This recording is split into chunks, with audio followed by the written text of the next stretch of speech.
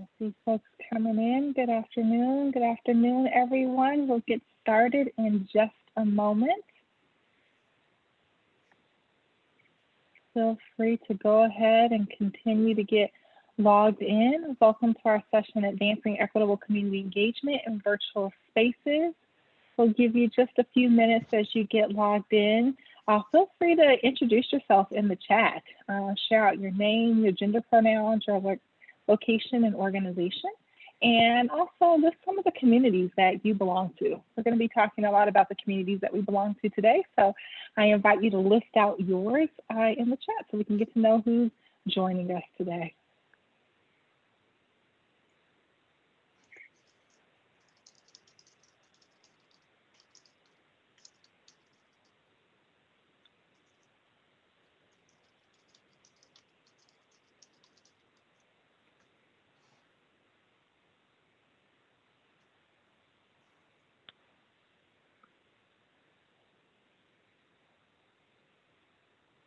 Welcome to those that are still joining in. We'll get started in just a moment. In the meantime, introduce yourselves in the chat.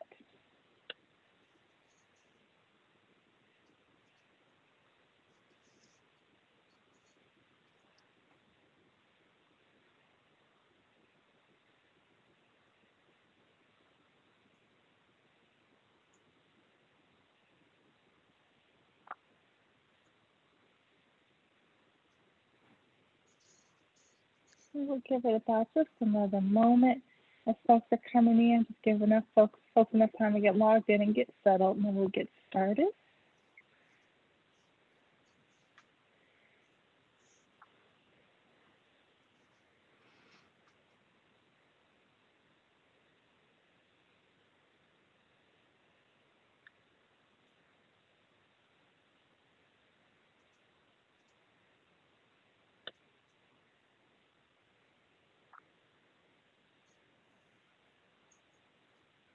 Well, I am so glad that everyone who is logging in today has taken some time this afternoon to join us.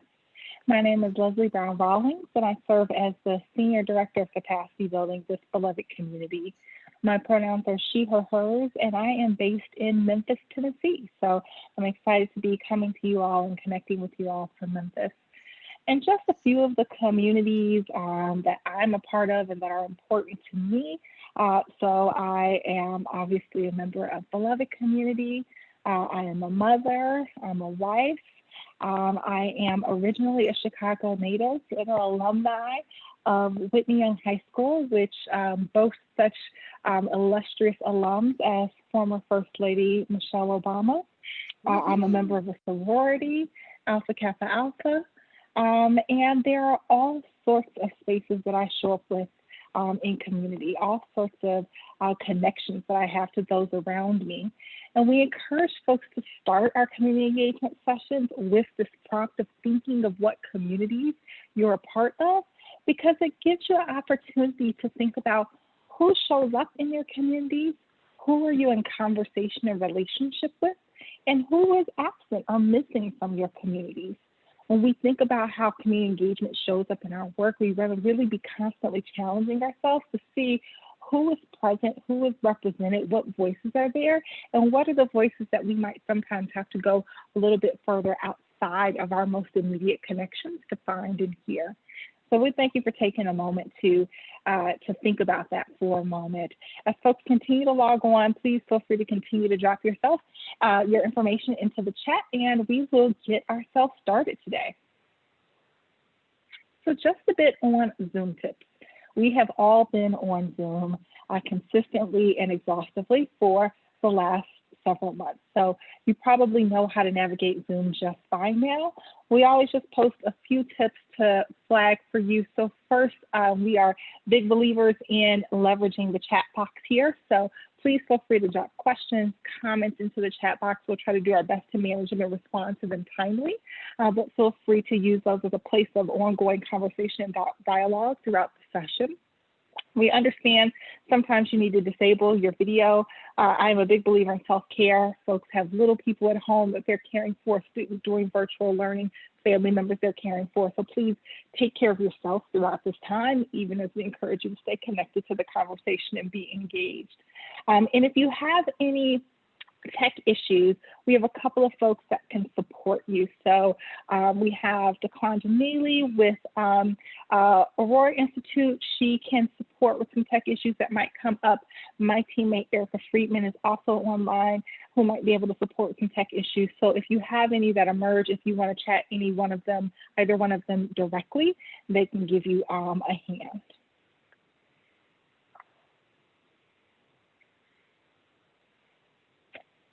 Before we get started, today and always, Beloved Community honors and centers our Black communities.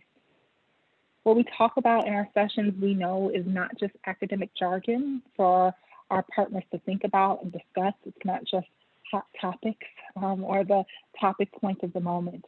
But we know that, in fact, topics of race, systems of oppression, marginalization, these all have real life and death consequences for our Black community. And we believe it is exceedingly crucial that you continuously interrogate and address the ways that biases, racism, white supremacy, and intersectionality impact your decisions and the ways that your organizations operate.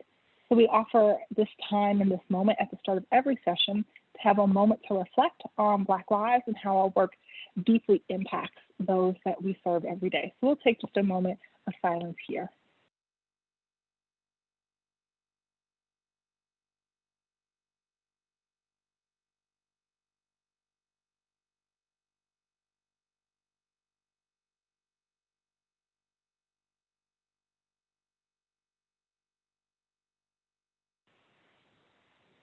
Thank you for honoring that. We also want to take a moment to acknowledge the land from which this session is being presented.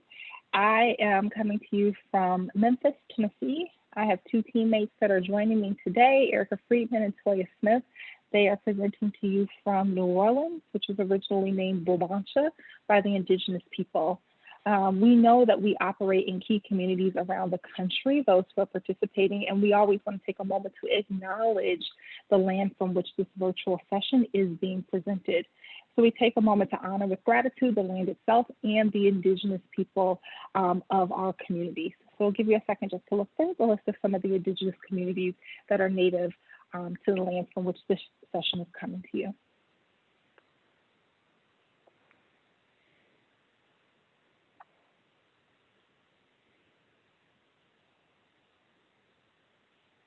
Thank you. So a bit about how we're going to spend our time together today. We are in our welcome and warm-up session, and we're going to dive deeply into talking about community engagement. I'm going to start off by giving you an overview of the community engagement spectrum that Beloved Community often uses in partnership with organizations to help them think about how they more deeply and authentically engage those that they serve. We're going to introduce you to our equity audit tool and allow you just to explore and start to contemplate and do a little mini equity audit for yourself of how community engagement is showing up for your stakeholders. And then we'll give you some quick ways that you can get started in thinking about engaging stakeholders both internally and externally before closing out with some resources that you can leverage. So a bit about who we are. First, I want to take a moment just to introduce you to our Beloved Community Queen team. We are a nonprofit diversity, equity, and inclusion consulting firm, and we typically show up and support folks who are thinking about how do I operationalize my equity commitment? How do I go from a place of deeply understanding the importance of diversity, equity, and inclusion to turning it into actionable strategies, policies, and practices that exist in my organization that are going to be sustainable, right? We want to support folks in thinking about how we embed equity in a way that it will persist beyond any one individual leader, any one individual funding stream, any one individual piece of legislation. We support folks in helping to make that transition. Our work often is called at the nexus of equity at schools, equity at work, and equity at home. because we really want to help folks to think about how do we get to some regional sustainable economic equity for those that we serve within our community. And that often happens when we look at how each of these sectors touch the lives of all members of the community. So we partner deeply with schools and youth serving organizations.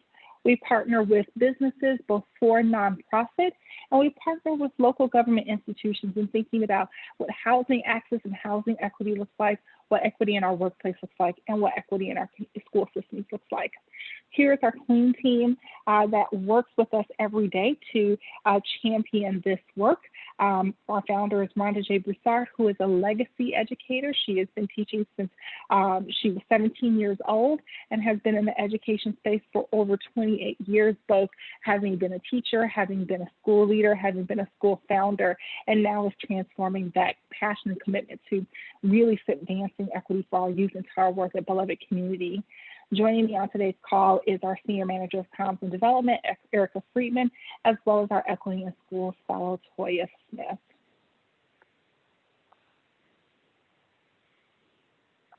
We often like to start conversations around equity, particularly for community engagement, with this quote: "Doing to us, not with us, is a recipe for failure," by Dr. Howard Fuller. This is the concept that we're here to frame today, right? How do we include those that you're purporting to serve in your decision-making process, right? This is really the foundation of solid community engagement. And we often will say at Beloved Community that for us, community engagement is really about shared voice and shared power. How do we continue to push ourselves further along the spectrum, as we'll talk about in a second? How do we continue to encourage ourselves and break down barriers that get us to a place where those that we serve have actual voice in the decision-making that impacts their lives?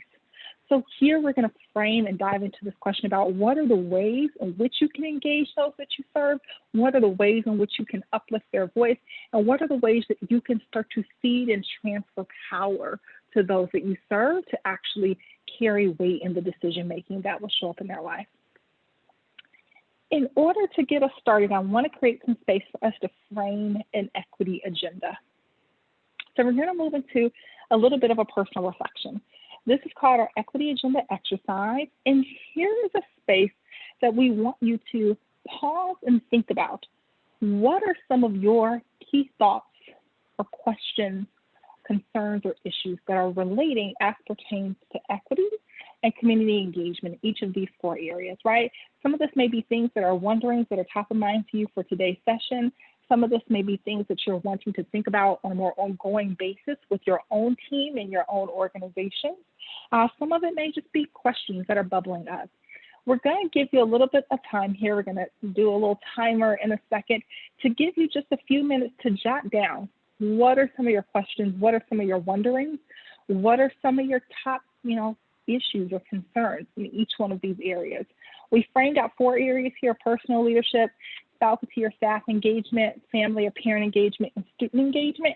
You might have others that you're thinking of that we haven't listed. You might be questioning and having some thoughts around board engagement or advisory councils or other parent and family councils, et cetera. Feel free to add or cross out, jot some, just pull out a piece of paper and jot down some of your questions, and you can add additional categories if that is helpful. We'll start a timer here and give you about 2 minutes just to come up with some of your wonderings before we move forward.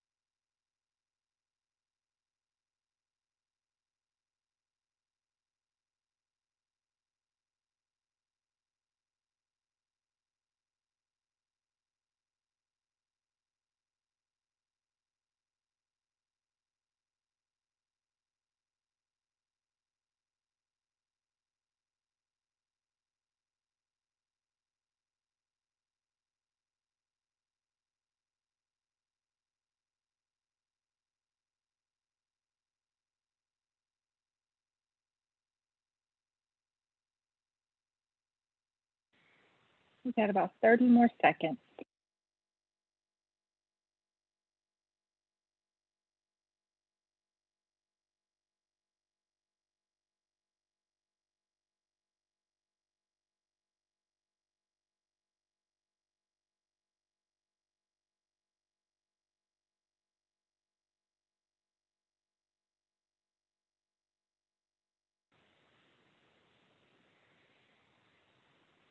All righty. So as we move forward in our session today, hold some of those questions or wonderings in your mind. Some of them we may get to today. Others may be things that you continue to ideate on and follow up around even coming out of this session. So let's talk about how we define our organizational community engagement strategy. Typically, when we're supporting folks in thinking about how they get really clear on their community engagement strategy for their organization, we ask them to think about three things that they do consistently every single time. First is to choose your community engagement strategy, right? So choose how you want to show up in partnership with your community on any given issue. We'll talk about in a second what that spectrum of options looks like, but we know it's so important that folks make a clear selection or determination around here's how we're seeking to engage our community. Really clarify that for community members, clarify that for stakeholders, both internally and externally, so they understand what are the rules for engagement. You know, what voice do I have here? What power do I have here? And how do I get really clear on what I'm expected to do and what you're expected to do in this interaction? And then fulfill the promises. Fulfill the promises that you've made as a part of that interaction or as a part of that connection. I'll give you an example of what this might look like. So you might be grappling with some challenges that you might be having in your organization at the school level. Let's say in particular that there are students who have reported issues at the teacher level about faculty not handling issues around race responsibly in their classroom, right? Students have bubbled up some concerns and you're trying to decide how to respond. You might decide that you want to include students in helping to determine how you infuse racial equity training at the faculty or at the teacher level, right? And a part of that strategy is going to include hosting focus group or circles to gather feedback from students on what issues they've seen, so you can be really clear on what are the problems that should be addressed, right? So in that moment, you are deciding, I'm going to choose to engage my young people specifically to gather feedback. The work that we're doing here is that I want to hear their voice. I want to use their voice to inform decisions that I am going to make. You want to get really clear and clarify what are the commitments that you're making as a result of this. So you might say we have X amount of dollars that we're setting aside for PD, and we're promising to use 90% of that towards internal capacity building around racial equity, right? So you're choosing to leverage young people's voice to help you to identify what the pain points are, and you're clarifying that based upon what you hear from them, you'll make some decisions to allocate 90% of this budget towards racial equity, right? Very clear. You're not saying we are feeding decision-making in this moment. You're saying we are really leveraging you to inform our decision-making. And then you have to fulfill that promise, right? So you want to be really transparent about what exactly are the findings from the focus group for what you heard from your young people. Share that out, share how that clearly is defining or driving the decisions that you're making around the type of PD. Demonstrate how you are actually selecting the consultant that's going to facilitate the content, showing what are the learnings that are coming out of it, really helping folks to see with transparency how the process is played out and how the end result addresses the core or root cause that was first bubbled up. That's what it looks like for us when we talk about choosing, clarifying, and fulfilling. We're going to dive a little bit into choosing now and what that looks like along the community engagement spectrum.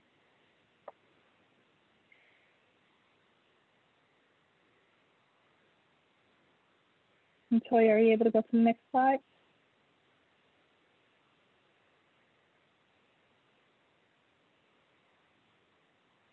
Uh-oh, looks like we might be a little bit frozen. Toya might be frozen. Let's see if I can swap screen share. Or Erica, is it possible for you to screen share so that we can keep moving? There we go. Awesome. So here's our community engagement spectrum. So our community engagement spectrum demonstrates a continuum of ways in which you can really think about engaging your stakeholders, those that you serve. And I always name that when we talk about the spectrum, when we talk about engagement, the practices and the concepts are consistent, whether you are thinking about external stakeholders, so students, parents, community members, or whether you're thinking about internal stakeholders like your own staff, your own faculty, your own board members, right? Either way, you can apply the very same principles. Our community engagement spectrum starts on the far left end with thinking about what it looks like to inform constituents, and then it moves consistently to the right where each step of the process creates space for organizational leaders to cede power to their target audience, right? Not every organization is ready to be on the far end of the spectrum in empowering, right? Not everyone is ready to be there, and not every decision is it appropriate to be on the far end of the spectrum, right? There are very good reasons to be at informing, consulting, involving, collaborating, or empowering. The work here is for an organization to get really clear on what is our particular philosophy around engagement, what are we prepared to be held accountable to, and then how do we really be transparent as possible with our organization, with our stakeholders around thinking about that. For folks who are going to be more on the informing end of the spectrum, this is the most traditional form of engagement, right? It's very unidirectional, and it's really about very clear marketing and messaging, right? So you might be thinking about fact sheets, email communications, really trying to take a stance that says, I'm going to make sure that my stakeholders know everything that I know. I will share information with you as soon as I have it and as readily as I can find it available, right? That's a very valid place to be for organizations in a lot of spaces. If we think, for instance, about where folks are right now in the midst of COVID-19. So to the extent that you are a school or an institution that is impacted by a governor's statewide stay-at-home order, right? That might be a space where there actually is no dialogue to be had. There is no discussion about whether or not we will be in person or virtual. There is a mandate that is issued statewide that we have to honor. And so in that space, you may solely be informing. That might be the most legitimate place for you to be.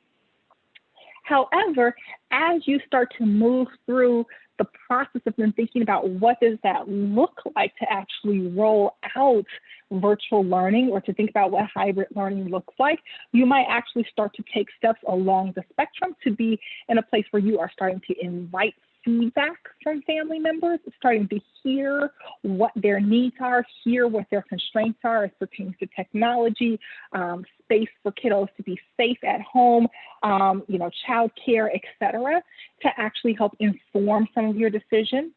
You might take some more steps into involving, where you're starting to help your partners to have voice into what some of the solutions might be, right? You might still own the decision rights, but some of the feedback or the weighing in around specific solutions and what that looks like as you consider what your options are might take you more into involving. You might be at collaborating when you're starting to get together a working group or an advisory council of parents that start to play into that conversation with you and help you co-design and co-create potential solutions. And then at the most liberatory end of the spectrum, you might be at empowering, where you actually provide parents or community members with the decision rights in that space, and you then are supporting them with financial resources and administrative resources necessary to be able to execute on the decision that they've made. We'll show you on the next slide what some of those activities might actually look like, right? So here you can see some activities that or resources that you might use in each one of these stages. Some of them are going to jump right out to you as things that you're currently doing. So for instance, you may already be engaged in annual parent surveys, annual student surveys. You might be having focus groups right now or town halls with families as you think about some of the key decisions. And you might have spaces where you have advisory boards that are informing decisions that you are making in that collaborative space, right? You might see different activities showing up all along the spectrum, depending upon what the key decision is for that moment. The two things that I always encourage folks to take away when they are thinking about community engagement and deciding where on the spectrum they want to be. The first is that you don't have to be in the same spot on the spectrum for every decision. Some decisions, like I said, might be ones where informing is the right place to be, others collaborating, others empowering. So you may be constantly assessing for each particular decision that is before you where you want to show up with your families or where you want to show up with your stakeholders. But I would say it is worthwhile to spend some time internally thinking about holistically as an organization, where do we see ourselves? Do we want to be more on the consulting and more on the involving and collaborating, empowering, informing? And if so, what steps can we take in order to really center ourselves there? The other thing that I would anchor you in thinking about is the fact that community engagement and impactful decision-making should be anchored around really meaningful decisions, right? Community engagement is not about giving folks access to voice and low-hanging fruit, right? If you give folks the throwaway decisions, the things you don't actually care about, the things you're indifferent about, that is not really authentic community engagement, and your community members will sense that, feel that, and see that, and respond accordingly. It is also not about only giving them a certain amount of information to get them to a predefined destination that you have in mind, right?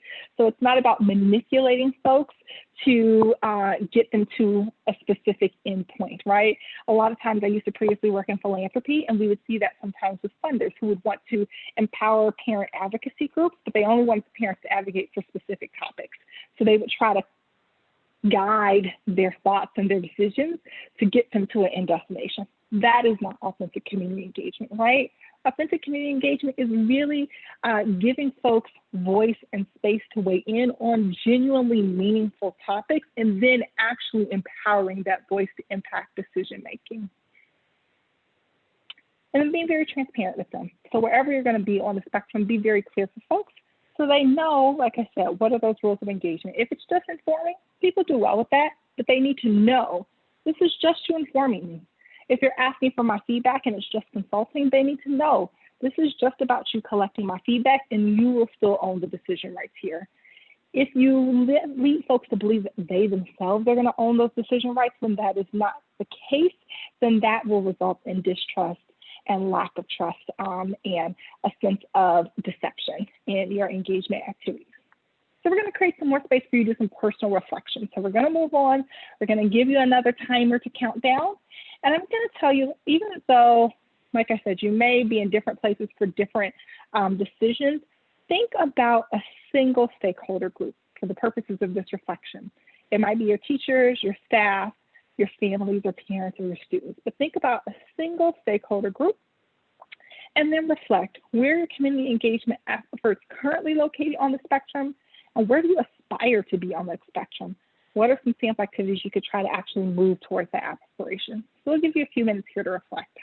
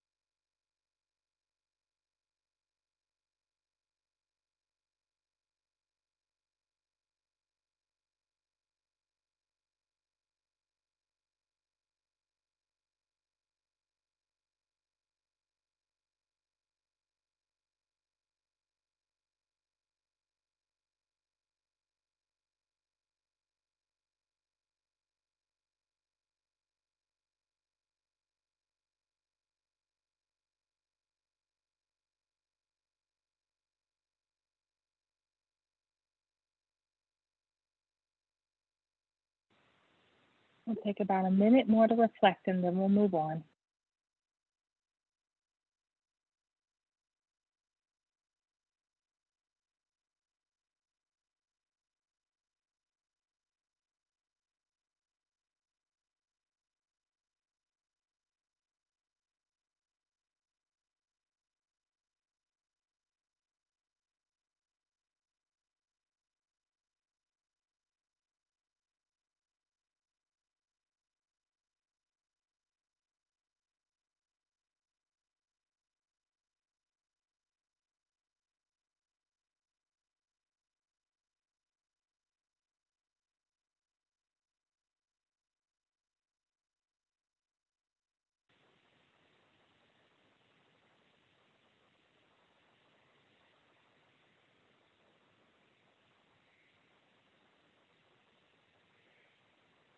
All righty.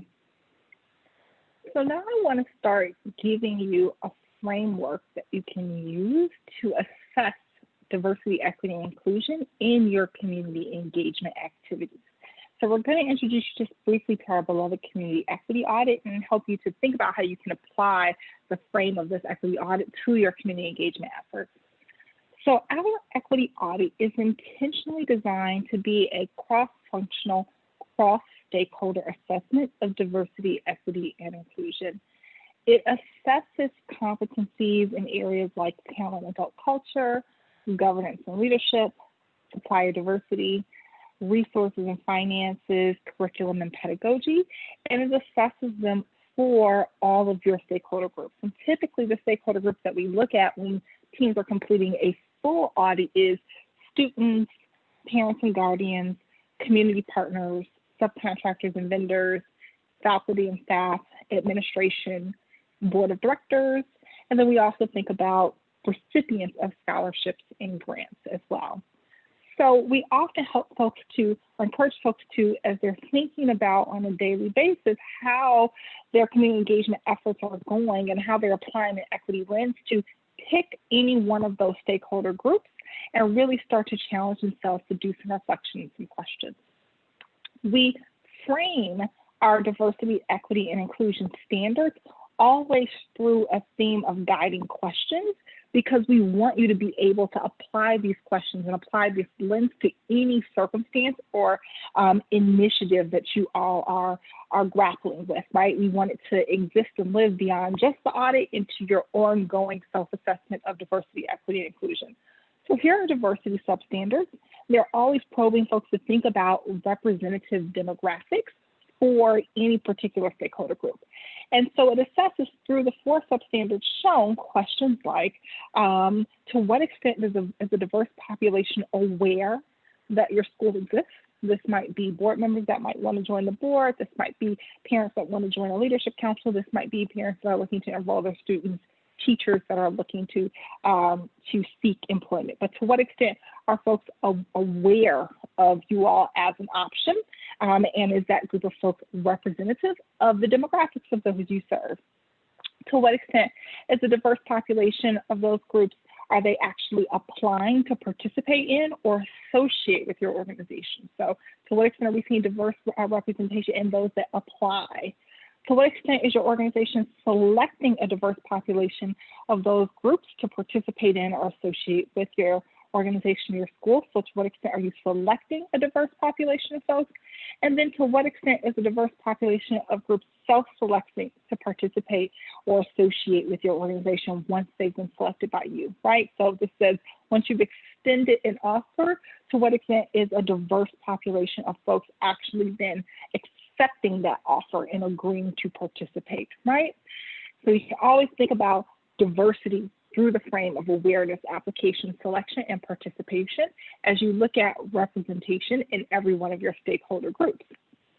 From an equity standpoint, we're always thinking about equity and assessing or pushing ourselves to think about representative demographics and predictability of outcomes. We're pushing ourselves to think about predictability of outcomes by demographic group. So you'll see in our equity substandards, we assess equity through 5 substandards. Oh, I see they're not shown, so it might be frozen again. Let's see if they come up in a second. There we go. So we assess equity through 5 substandards, and we're always asking folks to ask to what extent your organization has established internal audit procedures for your various functions, right? So how are you looking at gathering, disaggregating data with any regular routine or cadence? To what extent does an individual's demographics or identities predict their assignment within your organization? So can we make predictions around how they will be placed into your organization when they come into partnership with you? An example of this might be, it is very common that we will see disproportionately white women that will be placed in roles around curriculum or instructional leadership, and we'll disproportionately see Black men placed into roles around discipline, student culture, dean of students, et cetera, right? That is when we talk about equity in assignment or predictability in assignment based on demographics. From an advancement standpoint, to what extent does the individual's demographics or identities predict their advancement within your organization? And to what extent does your organization invest in or distribute equitable financial resources across demographics and identities? And finally, to what extent are the actual performance outcomes, those absolute metrics that we keep ourselves accountable to, predictable by demographics or identities? And then lastly, from an inclusion standpoint, we're asking ourselves around the 4 substandards here for all stakeholder groups. To what extent is your organization using inclusive language in every medium of communication, both internal and externally?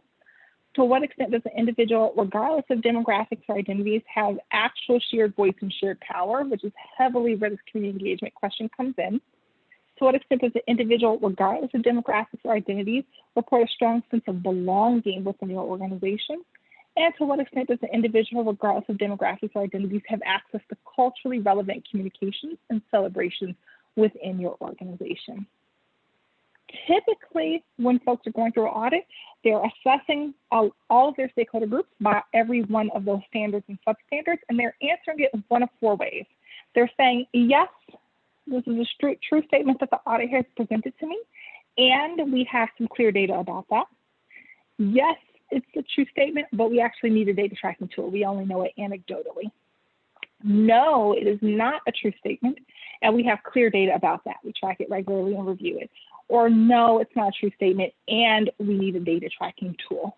We're going to have Erica, one of our team members, drop those 4 self-rating options into the chat box for you, because it's going to give you a chance to practice what completing a section of an audit for a specific stakeholder group would look like.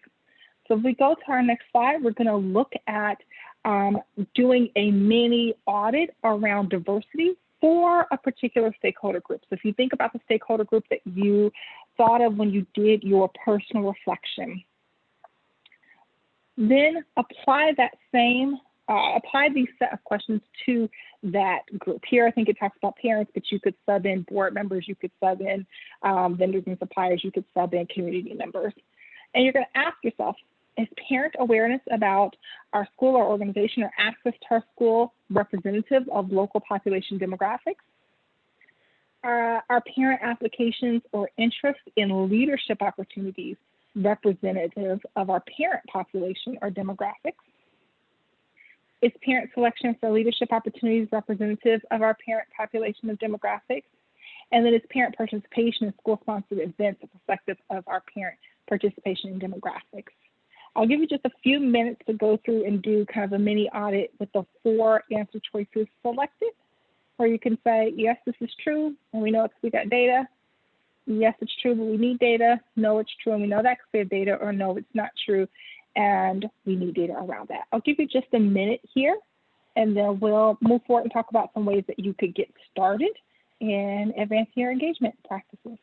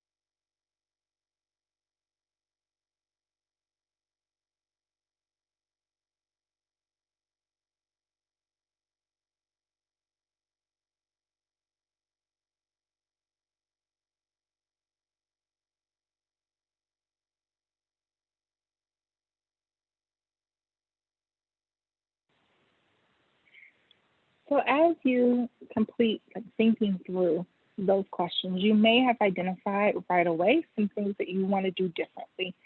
Coming out of this moment, as you think about next steps for your district, we encourage you to think about one area of growth for your district or your school, particular to your community engagement with your stakeholders, and then think about what's a quick win. What is something that you could do right away to work towards that area of growth that you identified? So a couple ways to get started is we think about what some of those quick wins could be and even some longer term strategic shifts. So first, we'll talk a bit about some internal team shifts that you could make. So oftentimes we encourage folks to think just as critically about what it looks like to engage their internal team as it does to think about their external stakeholders, right? Sometimes community engagement really exists in our mind thinking about those who are outside our organization, but very much just as important for those who are inside of our organization. And some of the things you could do is to start with one, thinking about adding some belongingness measures to your existing climate survey, or if you have an internal staff survey like a Gallup Q12 survey. Really starting to think about how you assess whether or not those that you are serving, your staff, feel a deep sense of connection, feel authentically included within your organization, and how you can start to take some strategic steps in order to increase belongingness if that's not true. In addition to thinking about these kind of annual surveys, you can actually start to assess belongingness a little bit on the short run on your kind of weekly get-together. So if you have a weekly or a monthly team meeting that you have or one-to-one team, you can add in some belongingness prompts, right? Prompts around, do I feel welcome? Do I feel safe? Do I feel happy or joyful? Do I feel represented? Do I feel heard? Right? These are ways to start getting a sense of if your staff feels deeply connected. Then you can think about ways to adopt different decision-making protocols like RAPID or MOCA or RACI. These can be particularly helpful because A, they allow us to have real transparency in what the decision-making process is, right? We're clear when we have these decision-making protocols on who owns the decision rights and what role each person plays. Am I just informing the decision? Am I giving you feedback on the decision, et cetera? It also allows you to be intentional about shifting and rotating who that decision owner is based upon who makes the most sense. There could be an instance where your COO is the most likely decision maker. Might be another instance where your CAO is the most likely decision maker. Sometimes it might be a building leader. Other times it might be the superintendent. Having these clear decision frameworks allow us to move away from the default decision maker, which oftentimes gets informed by our own biases. And then the last thing you can really do is think about what it looks like to build in some upward regular feedback loops. A lot of folks that we've been partnering with have said during this time of COVID, with so many decisions on their plates, their goal has to be more inclusive in the decision making, but it's just not been possible. There's not been time. There's too many decisions that have to be made. When you have routines for decision making that say our protocol is this, when we have a decision that comes out, it is generated at executive committee, it goes out to all staff, we have a week-long period for feedback or engagement, it comes back for final review and consideration, and then a final decision is made. Or whatever it is going to be, it forces you to follow that protocol even in times of urgency versus allowing the urgency to silence voices. For your families and parents, we can encourage folks to think about many of the things that you're probably already doing. So oftentimes folks start with a listening tour to really hear the voices of those they serve. I always encourage folks to be very mindful when you engage families on what, again, exactly are you asking for them. There is informing, where you're bringing folks together to make sure that they know everything you know, or you are communicating to them. And then there is listening, like a listening tour, where your goal is to just hear from them, just to hear their voices. Those two interactions have two very different outcomes, and sometimes they get conflated, and that can lead to, again, mistrust and frustration, right? If the goal is to hear from parents, make that clear. If the goal is to share information with them, then make that clear. You can go deeper with interviews, focus groups, surveys with those that you serve to get a little bit more specific on what you want to hear from them. We encourage folks to realize that it is a privilege to be able to give time away for free. So if you are asking parents or those you serve to participate in an advisory council, working group, attend a regular focus group, etc., it's a point of privilege to be able to do that at no compensation to yourself. And oftentimes, those that we serve don't have that privilege and don't have that luxury. So do think about how you can compensate folks for their time as you solicit them or as you engage them.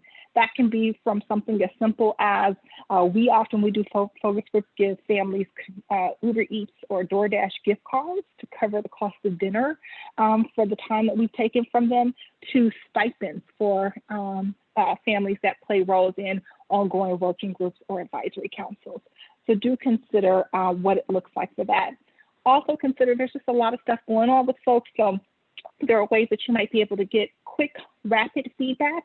Some folks have begun using quick text surveys for parents, right? You might have seen something similar, either if you're coming from a doctor's appointment. I know every time I go to the doctor, when I leave, I get a text message that says, can you give us quick feedback? And it's like a 2-question survey that I can do on my phone, which most parents have access to and doesn't require technology needs usually in the way that you would with Wi-Fi. We're also seeing a lot of that with election polling. So you can use some of that functionality for parents as well to get their feedback without taking a lot of their time. And then always push yourself to make sure that it is accessible to all of your parents. So if you're going to be engaging folks, then challenge yourself to say, are there any language barriers? Does this need to be communicated in multiple languages instead of just in English? Are there any auditory impairments?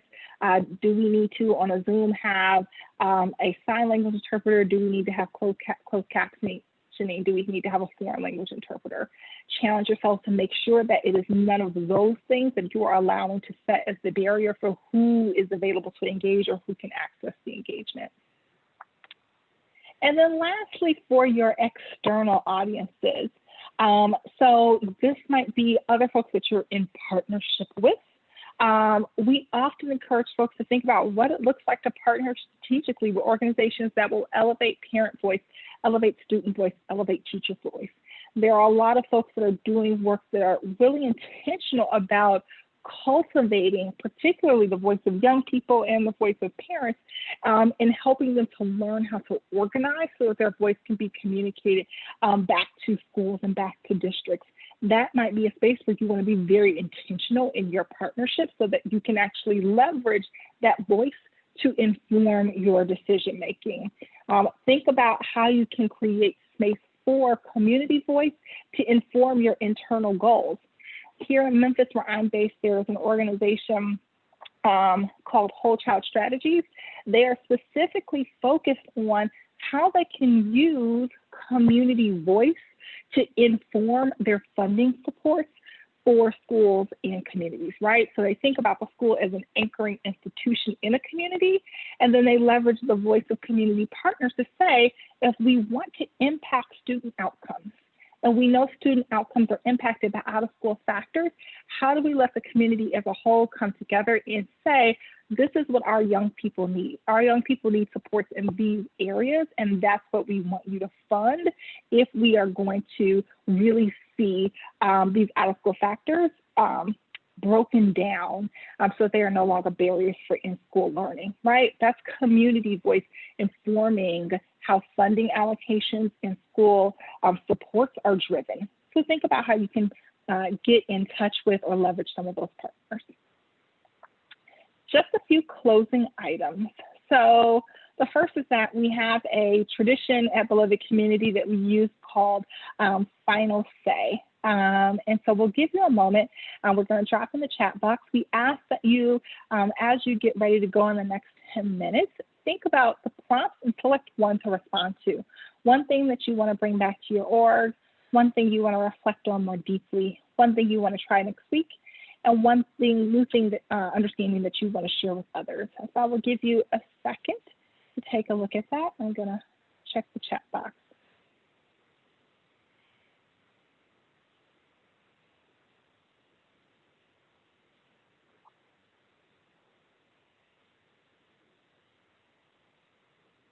And I see a question in the chat box around feedback protocols to promote or support inclusivity, belongingness, and anti-racism. So what I'm going to do is coming out of the symposium, we will share out our the slide deck so that everyone has access to it. We'll update the resources slide. I'm going to go see if I can pull a protocol that would be really relevant, and we'll update the resources slide to reflect that. So what gets shared out with all of you all will have that included in the resources. This slide has a number of different resources that can be particularly helpful in thinking about community engagement with different stakeholder groups, and in particular through this distance learning role that we're in. I want to take a moment just to highlight this Hanover study which is in here. It has some effective strategies to try on for your community. We often get really positive feedback around it. So of all the resources that we share, this is one that we consistently get some really positive feedback on. So check it out when the deck comes out so that you can see what are some of the strategies that they recommend in particular. And then let's see, what else do we have in here?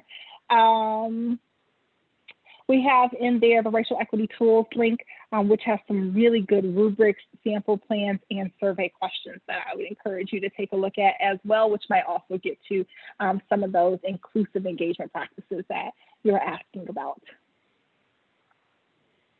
Next, we're not going to play this video, but we will send it out for you all, and I think a link to it is going to get dropped in the chat. This is an example of what that shared voice, shared power looks like. So this is a school that is engaging in intentional participatory budgeting. So they are saying they are intentionally leveraging the voice of young people in making some decisions around how they spend their money, right? So that's an example of what it looks like to cede some power, to let the voice of those you serve impact, like I said, not just the kind of low-hanging fruit decisions, but some meaty decisions. In this case, how money is allocated at the school. So we'll send that out for you. And then post-session, I would encourage you to continue to do some additional reflecting. So here's a reflection in particular that you can anchor around. Reflect on a time when, in order to win at one of your priorities, strategies, or key activities, you had to relinquish some power. You might draw on examples from any part of your career, but consider when you had the named power role or when you had an informal power role, and what did that look like for you? What was the context? Where were you trying to win? What power did you have to relinquish, and how did that relinquishment of power help you to win? We encourage folks to go through this exercise because a lot of times we have some inherent fears that come with releasing power, right? And sometimes it can be uncomfortable to say that, but we actually find it's much more healthy and impactful just to name, here is what I worry about when I think about relinquishing power. I worry that if I do this, I will not be able to meet the growth goals that my district has set for me, or meet the growth goals that my funder has set for me. I worry that if I cede power to my parents and let them own the decision, they will choose a maybe more inclusive process, but it might take longer and we'll lose some traction, et cetera. So there are lots of things to think about as you are trying to grapple with how you move along the spectrum, but it's really important to just name, here's what worries me, here's what I'm fearful about. And so thinking of a past time could be really, really impactful. So those of you all who found going through the mini equity audit to be impactful or helpful, we encourage you to do a full equity audit. The Beloved Community Equity Audit is actually free on our website. You can access it via our research project here, which we have the link and the password to, and you can do the complete audit, which will cover all of your stakeholder groups. And we'll look across all those functional areas for you at no charge and get a detailed report around how indicators of diversity, equity, and inclusion are showing up within your organization. Typically, it takes teams about, I would say, between 4 and 6 hours to complete it. So it is an in-depth look at diversity, equity, and inclusion, so in-depth look at your practices. But if you pull together a cross-functional team and allow it the time and space, you'll get into some really robust conversation and considerations that may have not previously been on your radar. So we encourage that. And then finally, we're always asking for feedback. So there is a quick 1-minute poll here that we will drop into the chat for you. We encourage you to give us some feedback on how the session has been. And my contact information is here. If you have questions that continue to bubble up, ones that I haven't gotten to in the chat, please do send them my way. We're happy to share additional resources or insights as things come top of mind. Thank you so much for your time. Declan, do you have any final words? Just that this was absolutely brilliant, and we so appreciate your time today, your team's time, and everyone joining us. Thank you, everyone. Please let us know if you have any questions, and we will see you at tomorrow's session. So thank you, everyone. Thank you. Have a great day.